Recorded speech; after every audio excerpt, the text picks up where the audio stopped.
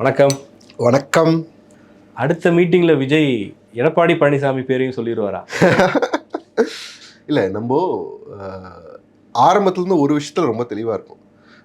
என்ன அப்படின்னா, இன்னைக்கு நம்ம எதிர்க்க வேண்டியவங்க யார் அப்படின்றது அந்த ஆங்கிளில் ஒரு பக்கம். அதே மாதிரி ஒரு சைடு வந்து நம்ம கொள்கை தலைவர்களும் சில பேர் அடையாளப்படுத்திட்டாங்க. அதை தாண்டி அரசியலில் சில வழிகாட்டிகள் நமக்கு தேவைப்படுது இந்த பிரச்சாரத்துக்கு, இந்த மாதிரி விஷயம். அந்த ஆங்கிளில் தான் எம்ஜிஆர் அவரையும் அண்ணா அவரையுமே முன்புறேன். இன்னைக்கு வந்து ஒரே ஒரு பாயிண்ட்ல வந்து மேடம் ஜெயலலிதாவை எடுத்துகிட்டு வந்தது அவங்க சொன்ன அந்த தீய சக்தி திமுகன்ற விஷயத்துக்கு. இத்தனை நாள் அவர் சொன்னதே கிடையாது. சொல்லும் போது ஏற்கனவே சொன்னவங்களை வந்து அடையாளப்படுத்துறாரு தவிர மற்றபடி அவங்க மொத்தமாக ஓன் பண்ணிக்கணுன்ற எண்ணம் நமக்கு கிடையாது. பட்டு ஒரு ஒரு வகையில் இந்த அரசியல் பிரச்சாரங்களுக்கு இந்த மாதிரி விஷயங்களுக்கு வழிகாட்டியாக அவங்க வந்து திகழ்கிறாங்கன்றதுல எந்த மாற்று கருத்தும் இல்லை. ஏன்னா அந்த மாதிரி தானே எடுத்துகிட்டு போகிறாரு. அவர் கேம்பெயினையும் வந்து கிட்டத்தட்ட அந்த மாதிரி தானே எடுத்துகிட்டு போகிறாரு. அது அண்ணாவும் எம்ஜிஆரும் பொது சொத்து, நான் எடுக்கணுமா இல்லையான்றதெல்லாம் நீங்க முடிவு பண்ணக்கூடாது, கதறவங்க கதறுங்கன்னு சொல்றாரு.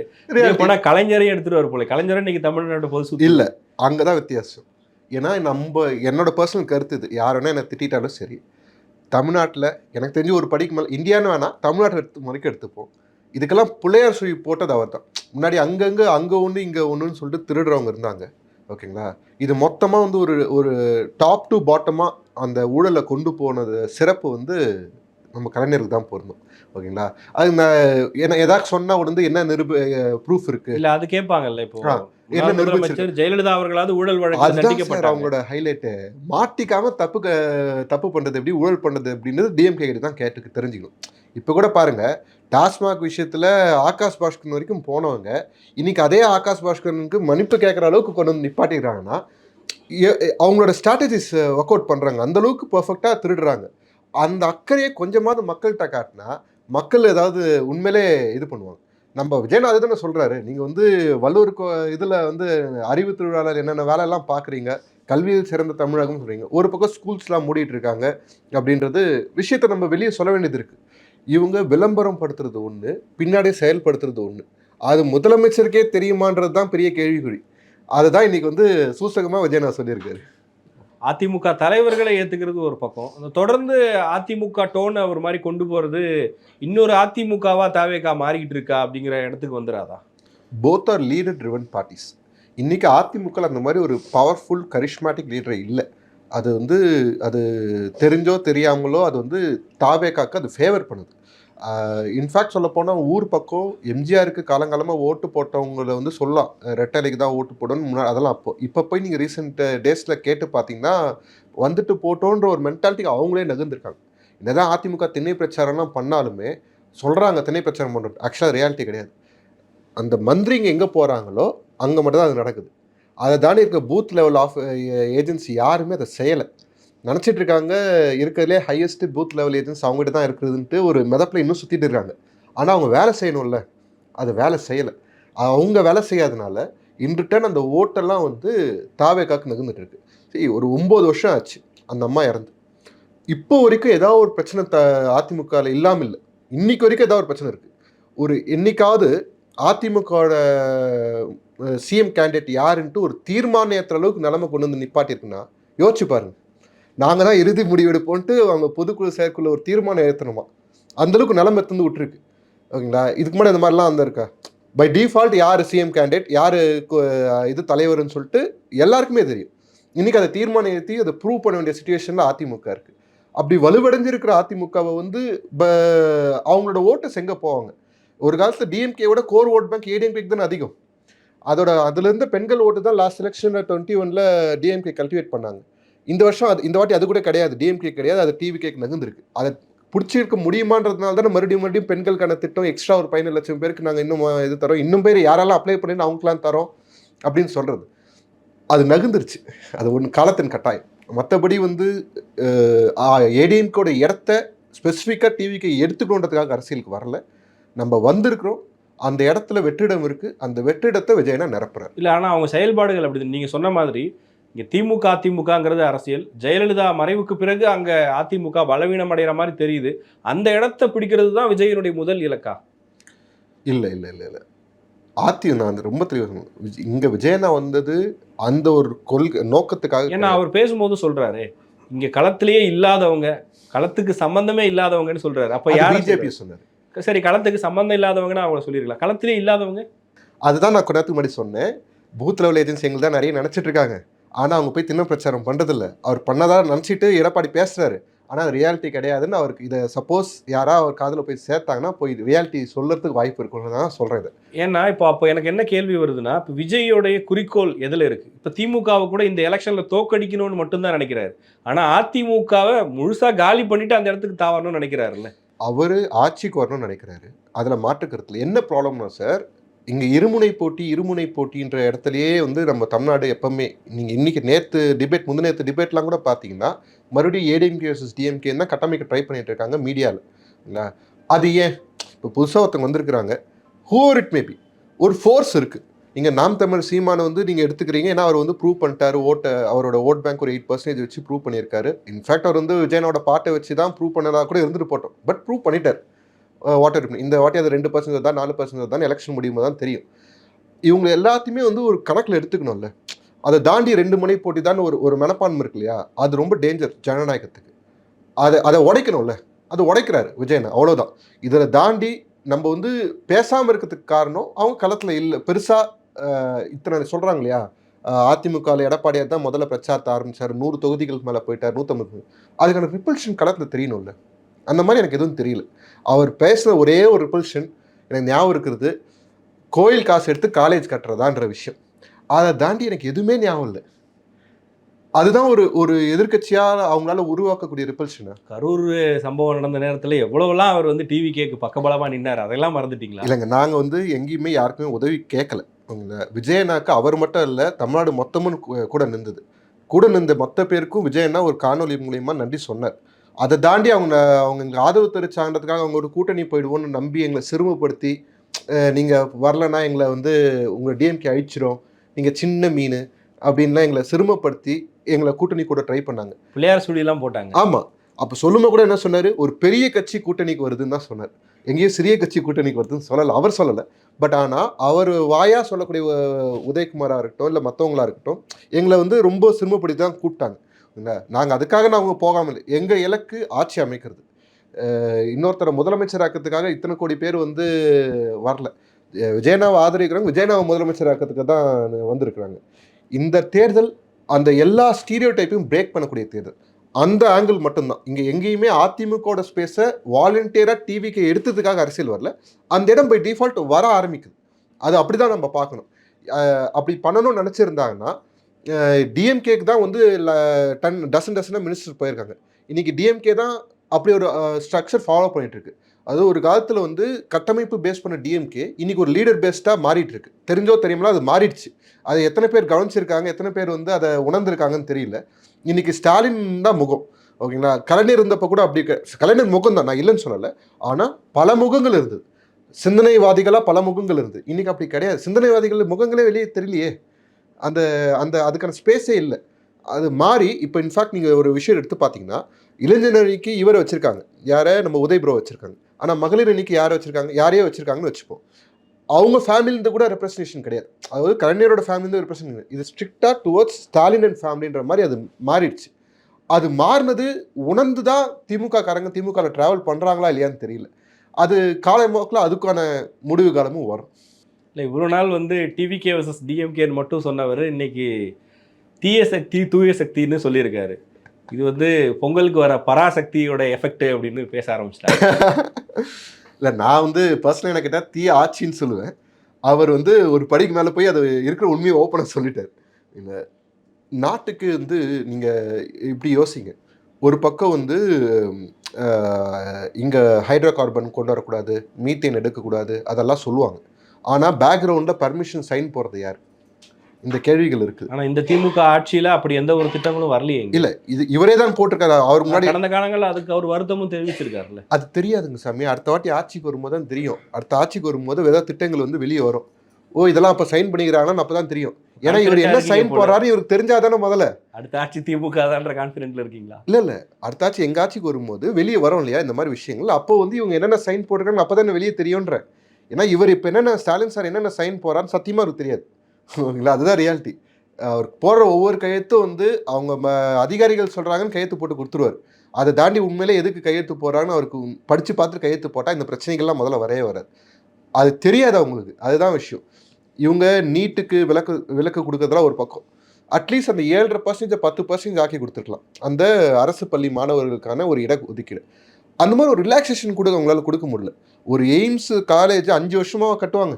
சரி, இங்கே ஆட்சிக்கு வந்து சென்ட்ரல் கவர்மெண்ட்லேருந்து இது பண்ணுறது, இன்றைக்கி சொல்கிறாங்க நவோதயா பள்ளிக்கு இந்த பிரச்சனைகள்லாம். இன்றைக்கி கடைசியில் எதை நோக்கி போகுது? சுப்ரீம் கோர்ட் என்ன சொல்கிறாங்க? இந்த ஆட்சியால் எதுவுமே பண்ண முடியல. ஒரு காலத்தில் கோர்ட் ஹியரிங்ஸ் தான் டிஎம்கே தான் பவர்ஃபுல், அவங்கள மீறி கோர்ட்டில் எதுவுமே நடக்காதுன்ற ஒரு நிலைமை இன்றைக்கி அப்படி கிடையாது. ஆனால் அவங்க ஊழல் விஷயத்துக்கு மட்டும் அப்படி நடக்குது, அரசாங்க விஷயங்களுக்கு அப்படி நடக்கல. திருப்பூர்ன்ற விஷயம் எடுங்க, இவங்களே வந்து வேணான்னு சொல்லுவாங்களாம், அப்புறம் வந்து கோயில் நிர்வாகம் ஏற்றணும்னு சொல்லுவாங்களாம். கோயில் நிர்வாகம் யார் கண்ட்ரோலில் இருக்குது? அரசாங்க கண்ட்ரோல் இருக்குதா இல்லை தனியார் கண்ட்ரோல் இருக்குதா? எனக்கு புரியல. அப்போது இதுதான் டியூவல் ஸ்டாண்ட் டிஎம்கே. இது மக்கள் கொஞ்சம் கொஞ்சமாக புரிய ஆரம்பிக்கிறாங்க. இதை விளக்குறாரு விஜயண்ணா. இது அதனால தான் தீய சக்தின்றோம். இங்கே இந்த சைடு வந்து ஃப்ரெஷ்ஷாக வந்திருக்க யங்ஸ்டர்ஸ், இது வரைக்கும் அரசியல் பார்வை இல்லை, இது வரைக்கும் அந்த மாதிரி விஷயங்கள், அதாவது ஓட்டு போட்டிருக்கலாம் ஓகேங்களா, ஜென்ரலாக இதுதான் அரசியல் தெரிஞ்சிருக்கலாம். ஆனால் விஜயண்ணா அரசியலுக்கு வந்தனால அரசியலுக்குள்ளே டைரெக்டாக இன்வால்வ் ஆகி பிரச்சாரம் பண்ணுறதுக்கு இளைஞர்கள் இறங்கியிருக்காங்களா, இவங்க தூயமனத்தோடு தான் வந்திருக்காங்க. இப்போ வரைக்கும் இவங்க மேலே ஊழல் கரை கிடையாது, எதுவும் கிடையாது. ஒரு பக்கம் இது, இன்னொரு பக்கம் கொடூரமான ஆட்சி கொடுத்துட்டு இருக்க தீய சக்தி திமுக. இவங்க 2 பேருக்கு தான் போட்டின்றதை விஜயண்ணா இன்னைக்கு ஓப்பனாக டிக்ளேர் பண்ணியிருக்காரு. இப்போ இன்றைக்கி காலையில் ஈரோட்டில் பேசுகிறாரு, ஈவினிங் ஜனநாயகன் படத்தோட செகண்ட் சிங்கிள். அப்போது ரசிகர்களாகவே வச்சிருக்கணுன்றது தானே? இல்லை ஜி, அது ரசிகர்கள் தாண்டி அது வேற எங்கேயோ போயிடுச்சு ஜி. அது நீங்கள் நான் வந்து இன்னும் மேபி அந்த வார்த்தை டேர்ம் பண்ணாமல் இருக்கலாம்னு நினைக்கிறேன். இப்போ நீங்கள் பற்றாளர்கள் அந்த மாதிரிலாம் கூட நீங்கள் வார்த்தையை எடுத்துக்கலாம். அந்த பாட்டில் நிறைய ஒரு ஒரு ஒரு ஒரு ஃபீலிங்ஸ் இருக்குல்ல. இப்போ போனால் நீங்கள் 1 மாதத்துக்கு முன்னாடி கூட வந்து உதய் ப்ரோக்கு ஒரு பாட்டு விட்டாங்க. அப்போ அதை என்னன்னு சொல்லலாம்? அந்த பாட்டு யாருக்கு விட்டாங்கன்னு தெரியல. அந்த பாட்டு கேட்டிங்களா? அந்த மாதிரிலாம் காமெடி பண்ணாங்க. அப்போ அது என்னென்னு எடுத்துக்குது? அது ரசிகர்கள் அப்படி அந்த ஆங்கிள் கிடையாது. இது மேபி இன்னும் உற்சாகப்படுத்துறதுக்கான பார்வையை தான் பார்க்கணும். அது எனக்கு தெரிஞ்சு அதில் ஃபஸ்ட்டு இப்போ வந்த பாட்லேயுமே சரி, அதில் வந்து அரசியல் இருந்தது. ஒரு மாபெரும் நாடு அப்படின்னு சொல்லி அவரோட வார்த்தைகளே அவர் பேசின விஷயங்கள்லாம் இருந்தது. அதில் அரசியல் இருந்தது. இதுலேயும் கண்டிப்பாக அரசியல் இருக்கும். என்னதான் சினிமாவை கடைசி படமாக இருந்தாலும் இந்த வர விஷயங்கள் அரசியல் இல்லாமல் இது இருக்காதுன்றது என்னோட நம்பிக்கை. பார்ப்போம், இன்றைக்கி பாட்டு வரும்போது தெரிஞ்சிடும். அதே நேரத்தில் இப்போ இந்த எம்என் ரேகா அந்த திட்டத்துக்கு பெயர் மாற்றுறாங்க, அது சரியாக செயல்படுத்த முடியுமா, அதெல்லாம் பேசலன்னு கேட்பாங்கல்ல. அருண்ராஜ் பேசிட்டாருன்னு நீங்கள் சொல்லுவீங்க. ஆமாம். பட் ஆனால் இந்த மாதிரி கரண்ட் இஷ்யூஸ் இருக்குது, அதுக்கு பேசாமல் திமுக எதிர்ப்பு, தீய சக்தி திமுக, இதை மட்டும் சொன்னால் போதும் வெற்றி கிடைக்கும்ன்ற எண்ணம். ஒரு வகையில் விளக்கம் சொன்னார் விஜயண்ணா. எப்படின்னா வந்து நான் இன்னைக்கு களத்தில் இருக்கிற 26க்குன்னு தெளிவாக சொன்னார். இதுக்காக வந்து அவங்க எடுத்துக்கிற பிஜேபி செய்கிற ஒவ்வொரு நாள் செய்கிற அட்டுழியத்தெல்லாம் நம்ம சொல்ல ஆரம்பிச்சுன்னா நாள் பத்தாது, நேரம் பத்தாது. அவங்க வந்து இத்தனைக்கும் வந்து மைனாரிட்டி தான். அவங்க எவ்வளோ தைரியமாக எக்ஸிக்யூட் பண்ணுறாங்கன்றதான் எனக்கு சுத்தமாக புரியல. ஒரு பக்கம் வந்து பாருங்கள், இந்த அணு உலைகள்லாம் வந்து ப்ரைவேட்டைசேஷன் பண்ணுறதுக்கு மக்களவையில் பாஸ் பண்ணிட்டுருக்குறாங்க. எப்படி அது அவங்களால முடியுதுன்னு தெரியல. சரி, டிஎம்கேக்கு 40 சீட் சொலையாக கொடுத்துருக்கு. அவங்க வந்து எதுக்கு குரல் கொடுக்கணுமோ அது குரல் கொடுக்கறது இல்லை, குரல் கொடுத்தாலும் அதுக்கு இம்பார்ட்டன்ஸ் கொடுக்கறது இல்லை. கலைஞருக்கு நீங்கள் வந்து பாரத் ரத்னா அவார்டு தரணுன்றதுக்கு பெருசாக பேசுகிறாங்க சரிங்களா. இப்போ இதெல்லாம் வந்து எதாவது பேசுனாங்களா? இப்போது நான் எதுக்காக நியூக்ளியர் விஷயத்த சொல்கிறேன், நான் எடுத்துகிட்டு வரேன் முக்கியமாக அப்படின்னா, இங்கே அதானிக்கு வந்து எத்தனையோ 1000 ஏக்கர் வந்து சோலார் பிளான்ட்டுக்கு வந்து ரொம்ப ஃபீஸிபிள் ரேட்டில் ஏடிஎம்கே பீரியடில் கொடுத்துருந்தாங்க. அந்த அம்மா இறந்ததுக்கப்புறம் அந்த திருப்பி வாங்குகிற ரேட் இருக்கு இல்லையா, அது ரேட் ஏற்றிட்டாங்க. கவர்மெண்ட் வந்து அதிகமான காசு கொடுத்து வாங்குற மாதிரி அதை மாற்றிட்டாங்க. இதெல்லாம் அவங்களுக்கு தெரிஞ்சு இவங்க வந்து ஒன்றும் மாற்றலை. இப்போ அதே மாதிரி தனியாருக்கு கொடுக்க வேண்டிய, அதாவது இந்த நியூக்ளியர் விஷயம்லாம் வந்து அது டைம் பாம் மாதிரி, டிக்கிங் டைம் பாம் மாதிரி, அது நீங்கள் தனியார் கொடுத்துட்டா எப்படி எதிர்ப்பு தெரிவிக்க முடியும் மக்களால்? இப்போ இங்கே இருக்கிற ஒரு போர்ட் வரத்துக்கே, பழவர பக்கத்தில் இருக்கிற போர்ட் வரத்துக்கே நமக்கு நல்லா இப்போ வரைக்கும் சைலண்ட்டாக வேலை நடந்துன்னு தான் இருக்குது, தவிர யாராலையும் எதாவது செய்ய முடிஞ்சதா? அப்படி தான் எதுவும் போகுது. அப்போ டிஎம்கே கவர்மெண்ட் இதெல்லாம் பேசாமல் இருக்குது, நம்ம யாருமே கேள்வி கேட்குறதே கிடையாது. ஆனால் டிவிகேவை பார்த்து கேட்குறோம். டிவிகே தெளிவாக இருக்குது. 29 அவங்களுக்கான கச்சேரி இருக்க தான் போகுது, பிஜேபிக்கான கச்சேரி இருக்க தான் போகுது. இன்றைக்கி 26 அந்த இலக்கை நோக்கி போகிறோம். ஏன்னா எல்லாரும் தேர்தல் பிரச்சாரத்தை ஆரம்பிச்சிட்டாங்க. டிஎம்கே கூட தெளிவாக ஸ்டாலின் அவர்கள் வந்து பிஜேபி நோக்கி மட்டும்தான் அட்டாக் பண்ணுவோன்ட்டு, அவரெல்லாம் ஓப்பனாக பேச விட்டா டிவிக்கே பற்றி பொங்கி தீத்துருவாருங்க அவர். இல்லை, அவருக்கு ஒரு ஸ்ட்ராட்டஜி கொடுத்து பிஜேபி மட்டும் பேசுன்னு சொல்லி கொடுத்து, அதனால் அவங்க பேசுகிறாங்க நாங்களும் பேசணும் அப்படின்ற ஒரு நிர்பந்தத்தை உருவாக்குறது வந்து ஜனநாயகம் கிடையாது. அவங்க பண்ணுறதுலாம் அவங்க வந்து எங்கள் கொள்கை எதிரி. அவங்க என்ன செஞ்சாலும் எங்களுக்கு விரோதி தான். அதில் மாறவே போகிறது கிடையாது. அவங்க தப்பி தவிர அதை நல்லது செஞ்சால் கூட நாங்கள் வந்து அதில் சப்போஸ் அதில் இருக்க நல்லது வந்து நாங்கள் வந்து சைலண்ட்டாக வேணால் இருப்போமே தவிர அதில் இருக்க கெடுதல் ஆதரிக்கிற இடத்துக்கு போக மாட்டீங்க. ஆமாம் ஆமாம். வானவில் தான் சொன்னார் துணை முதலமைச்சர், அதுக்கெல்லாம் பதில் வரும்னு பார்த்தா வரவே இல்லையே. நம்ம அவர் அஃபிஷியலாக சிஎம் கேண்டிடேட்னு அனௌன்ஸ் பண்ணிட்டாங்கன்னா நம்ம அதுக்கப்புறம் பேசலாம். அவர் கூட நடுவில் சொன்னார் 1 கோடி பேர் சேர்த்தா பெத்தாது, கோடி பேரை சேர்த்துட்டிங்கன்னா பத்தாது அப்படிலாம் சொன்னார். கட்டுப்பாடு இல்லாத கூட்டத்தை சேர்த்து பிரயோஜனம் இல்லை. நான் கூட பார்த்தேன் அவங்களோட இளைஞரணி மாநாடு வடக்கு தானே, அதில் பிரியாணி அண்டா பண்ணுறதா இருக்கட்டும், கூலிங் 10 ரூபா கூலிங் பாட்டிலில் வந்து சரக்கு ஊற்றி குடிக்கிறதா இருக்கட்டும், கவர்மெண்ட் பஸ்ஸை யூஸ் பண்ணதாக இருக்கட்டும், சேர் எல்லாம் எடுத்துகிட்டு போனதாக இருக்கட்டும், அந்த வாழை மரத்தெல்லாம் அந்த எடுத்துகிட்டு போகிறது நல்ல கட்டுப்பாடோடு இருந்த டிஎம்கே நம்ம பார்த்தோம். உண்மையாக சொல்லணும்னா அவர் வந்து, ஆனால் ஒரு விஷயம் நான் சொல்லணும்னு நினைக்கிறேன், பின்னாடி வந்து அந்த பேசும்போது உதய் ப்ரோ பேசும்போது ஒரு தீப்பந்தத்தை வந்து ஸ்டாலின் அவர் இவர் கையில் கொடுக்குற மாதிரி ஒரு விஷயத்த பார்த்தேன். அது திமுக காரங்க எத்தனை பேர் கவனிச்சாங்கன்னு தெரியல, அது எதை நோக்கி போகுதுன்றது அவங்களுக்கு புரிதான்றதும் தெரியல. ஒரு வகையில் ஸ்டாலின் அவர் சொல்லிட்டாரு டிஎம்கேவை இனிமேல்ட்டு கட்சியை வந்து உதய் ப்ரோகிட்ட கொடுத்ததா கிட்டத்தட்ட அறிவிச்சிட்டாரு. அதோட இன்டென்சிட்டி புரியுதா அப்படின்றத நான் எல்லாரும் ஏற்றுக்கிட்டாங்கல்ல. அது அவங்க கட்சியில் இப்போ இளம் பெரியார்னு பாராட்டுறாங்க, வருங்காலம் அவர் அதுக்கு விஜயனா ஏற்றுக்கிறாங்கன்னு தானே அர்த்தம். இல்லை, அதுக்கு விஜயனா வந்து கருத்து சொல்லியிருந்தாரு. நான் என்ன கேட்குறேன்னா, ஏற்றுக்கிட்டாங்கன்றது ஒரு பக்கம், டிஎம்கே மாதிரி ஒரு 75 இயர்ஸ் ஓல்ட் பார்ட்டியை உதய் ப்ரோகிட்ட கொடுக்கறது ஏற்றுக்கிட்டாங்கன்னு நீங்கள் நினைக்கிறீங்க? அது எனக்கு புரியல. அது மேடையில் அப்படி தான் இருக்குது, எங்கேயும் எதிர்ப்பு வரல. யாராவது எதிர்ப்பு தெரிவிச்சாங்கன்னா நம்ம அதை பற்றி பேசலாம். எதிர்ப்பு தெரிவிச்சா உயிரோட இருக்க மாட்டாங்களா என்னமோ, அதனால் மேபி இருக்கலாம்.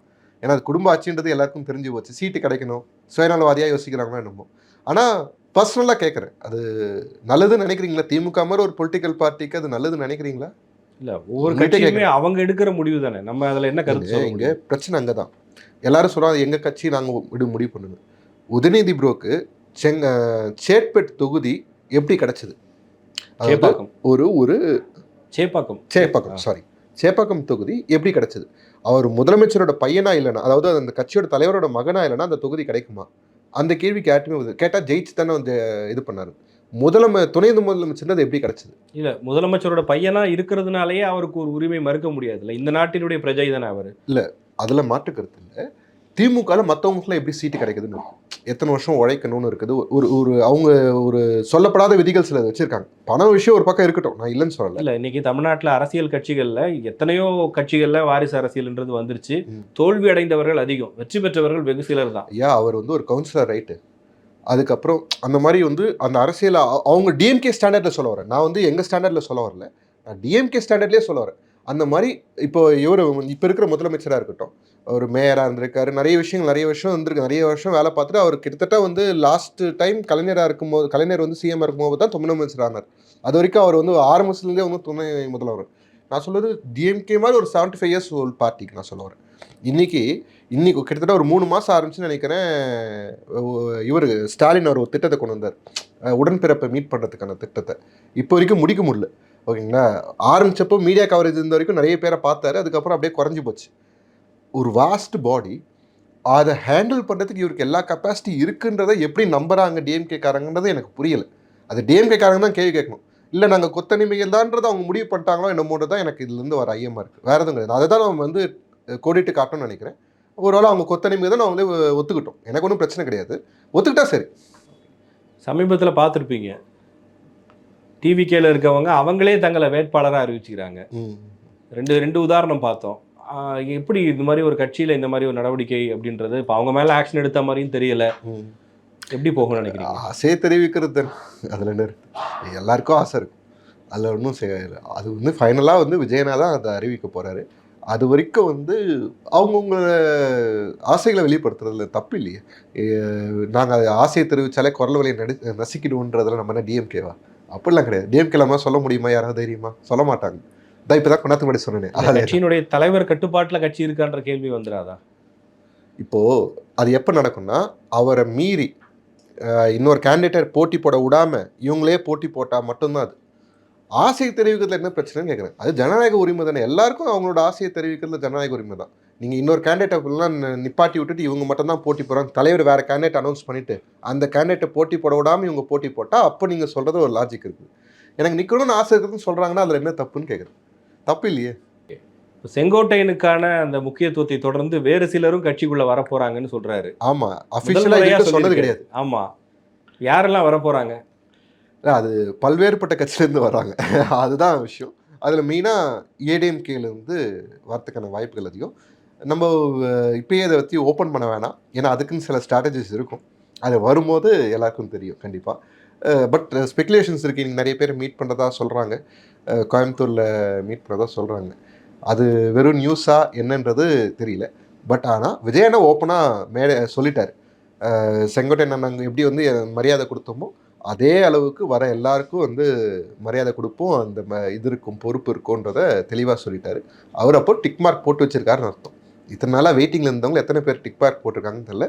ஆனால் ஒரு விஷயம் கேரண்டி, அது ஏடிஎம்கேலேருந்து ஒரு பங்கு இருக்குன்னு இருக்குன்றனால மற்ற கட்சியிலெல்லாம் பங்கு இல்லாமல் இருக்கும். எல்லா கட்சியிலேருந்து யுனானிமஸாக உள்ள வரதுக்கான வாய்ப்பு இருக்குது. அதில் யாரெல்லாம் விஜயண்ணா டிக் போட்டிருக்காருன்னு நம்ம பொறுத்து தான் பார்க்கணும். நன்றி.